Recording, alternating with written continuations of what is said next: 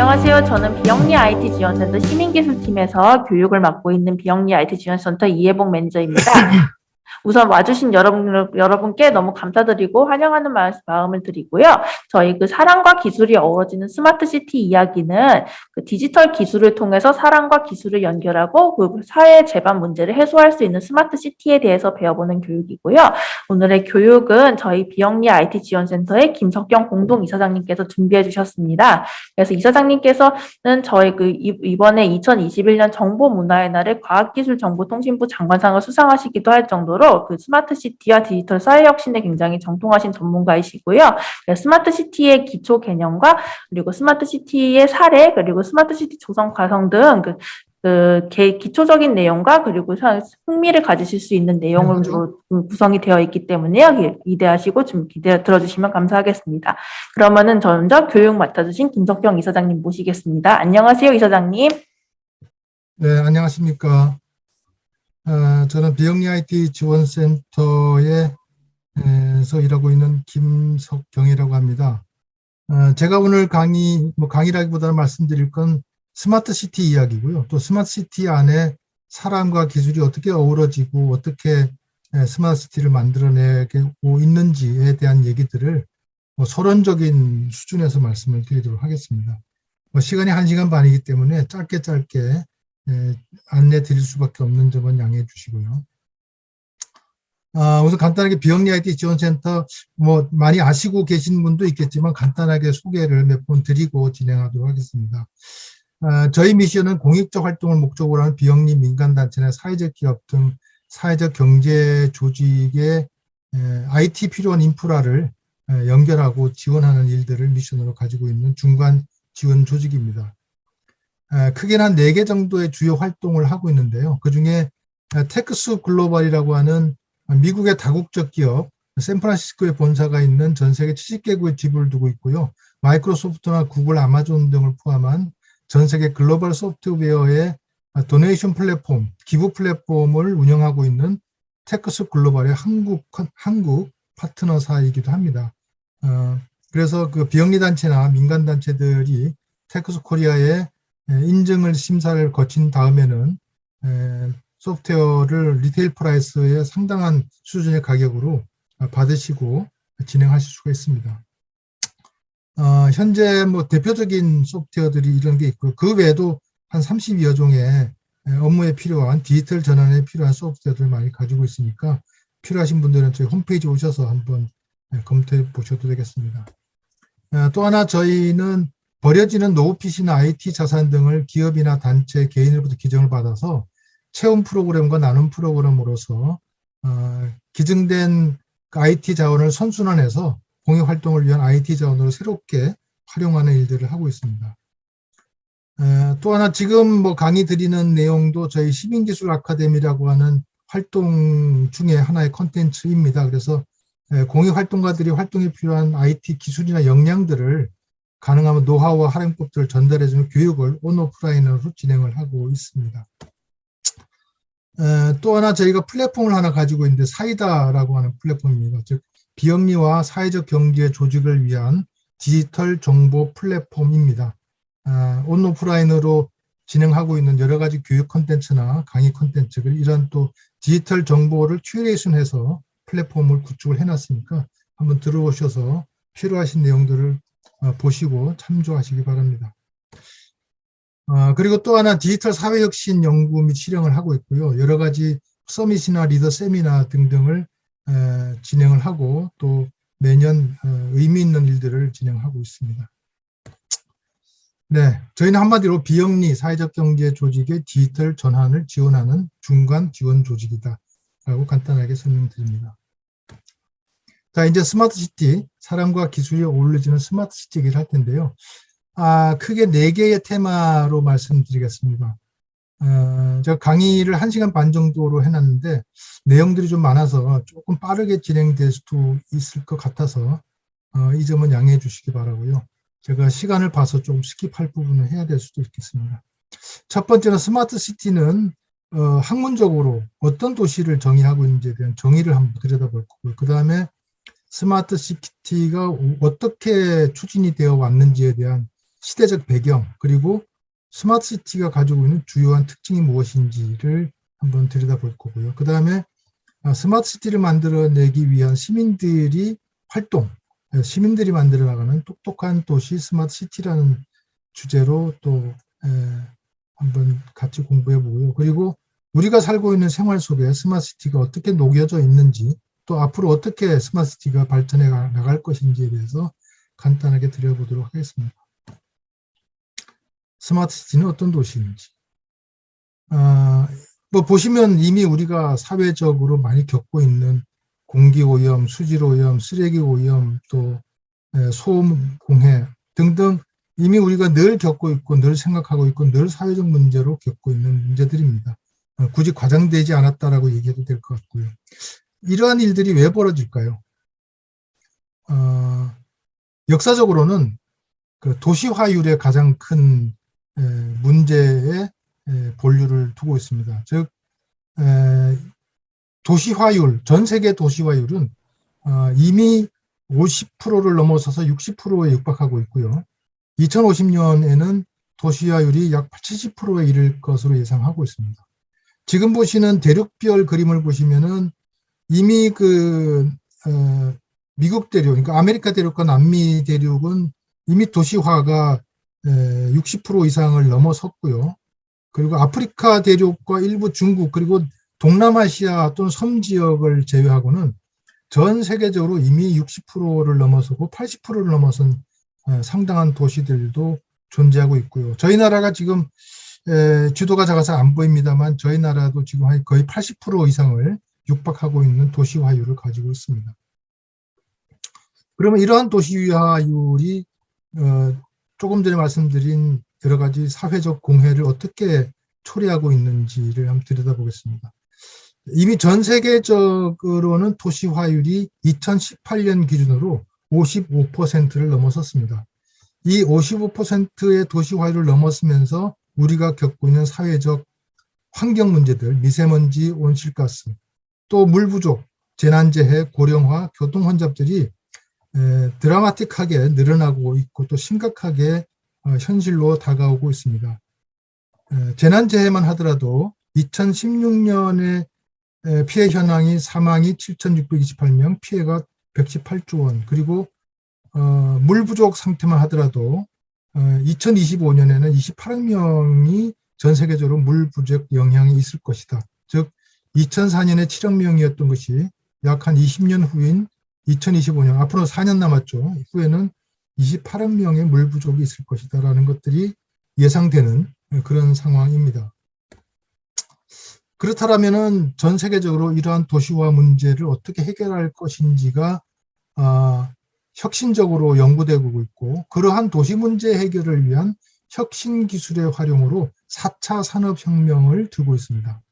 즉 세계 각국은 이러한 도시 문제 해결과 도시의 지속 가능한 번영을 위해서 새로운 대안으로 4차 산업혁명 기술을 활용한 스마트 시티 추진에 전 방위적인 노력을 기울이고 있는 것입니다.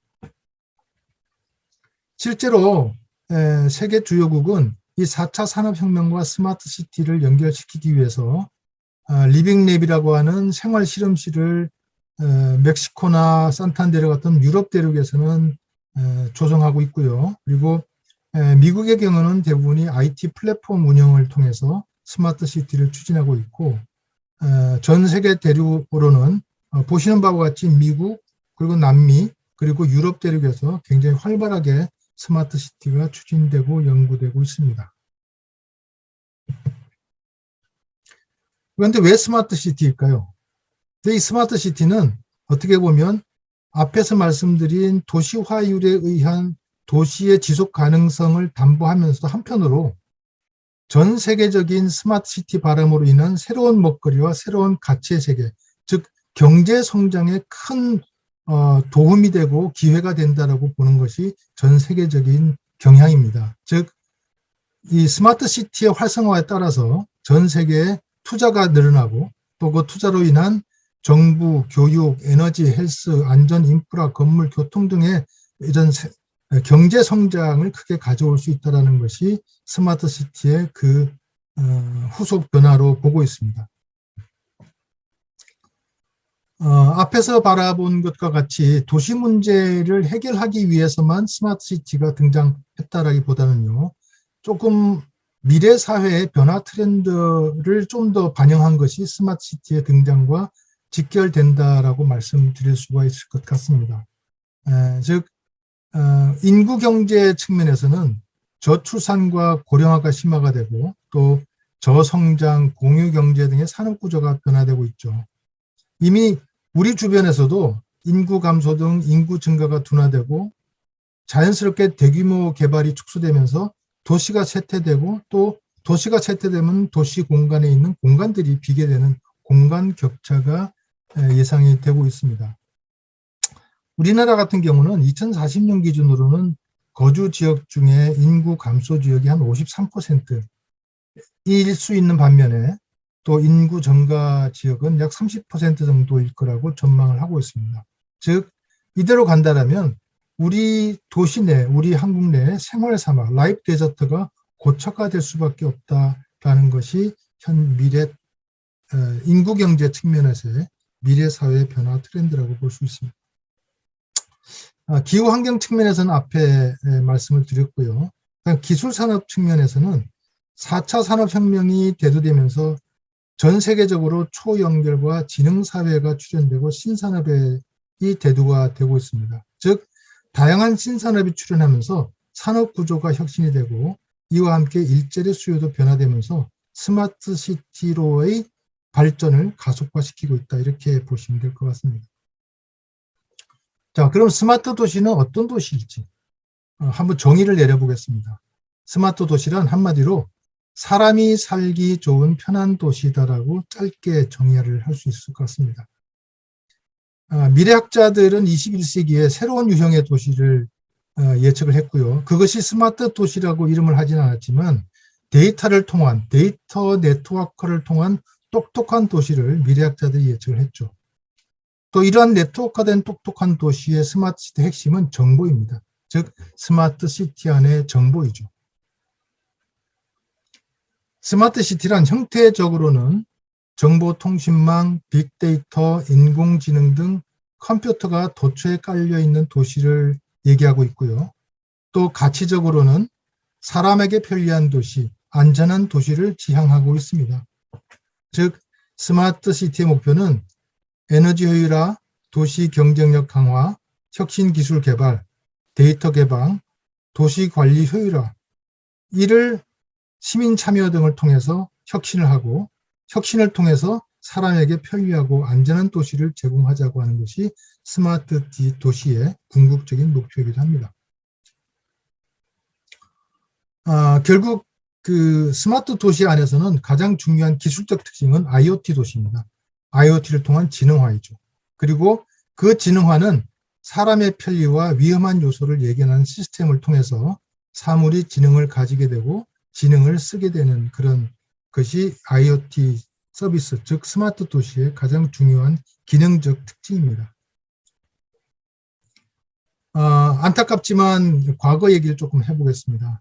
1993년 성수대교 붕괴, 그리고 1994년 상품백화점 붕괴를 한번 떠올려 보겠습니다. 수많은 사람의 인명피해를 겪었고요. 만약 그 당시 2009년에 완공된 인천대교처럼 지금은 몇만 원짜리밖에 되지 않는 흔들림을 감지하는 거동 센서가 그 당시에 적용됐다면 우리의 역사는 크게 바뀌었을지도 모르겠습니다. 이러한 편리함과 똑똑함은 스마트 도시를 통해서, 스마트 시티를 통해서 우리 사회에 적용이 되고 있습니다. 즉 스마트 시티의 가장 핵심적인 플랫폼인 안전망 서비스를 통해서 우리에게 그 편리함과 똑똑함을 제공하고 있는데요. 우리나라에서도 각 시도별로 스마트 도시 통합 운영센터라는 것을 2018년부터 지속적으로 구축을 하고 있고 지금은 전국적으로 약 30여 개 도시의 스마트 도시 통합 운영센터가 구축되었거나 또 구축 중에 있습니다. 이 핵심적인 플랫폼을 가지고 있는 통합 운영센터는 경찰, 소방, 재난기구, 또 사회적 약자, 법무부, 민간업체, 국방부, 국토교통부들과 실시간으로 정보를 주고받으면서 우리 사회의 안전함과 편리함을 제공하고 있습니다. 그 사례를, 미국의 사례를 들어서 한번 보겠습니다. 미국엔 프레드폴이라는 시스템이 있습니다. 즉, 프레드폴은 빅데이터 기반의 범죄 예측 프로그램입니다. 미국에서 수십 년간 발생한 범죄 유형과 발생한 위치, 날짜, 시간 데이터를 분석해서 향후 어느 시간에 발생할 범죄를 예측해서 순찰 활동을 미리 직접 반영할 수 있도록 하는 그런 프레드폴 시스템이 미국이 2011년도에 구출이 되었고요. 실제로 2011년 7월에 캘리포니아 섬에서 예비 자동차 절도범, 즉 자동차 절도를 하려는 시도를 하고 있는 두 사람을 체포했는데요. 이 경찰관들이 우연히 그 장소에 있었던 것이 아닙니다. 이 경찰관들은 프레드폴 시스템을 통해서 7월 어느 날 어느 시점에는 어느 지역에서 자동차 절도가 일어날 가능성이 있다라고 하는 프레드폴 시스템의 예측 프로그램을 통해서 그 장소에서 이미 대기하고 있었던 것이었죠. 이처럼 스마트 시티는 정보가 중요합니다. 형태적으로는 정보가 중요하고 또 결국은 지향점은 사람이죠.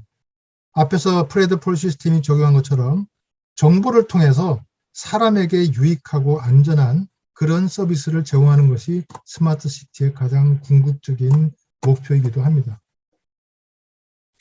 이처럼 정보통신 기술이 우리 생활을 완전히 바꾸는 것은 아니고 또 어떤 때는 아날로그 형태로 스마트한 시티를 만들 수도 있겠지만 스마트 시티에서는 기술을 이용해서 똑똑하고 안전한 도시를 만들 수가 있는 것입니다.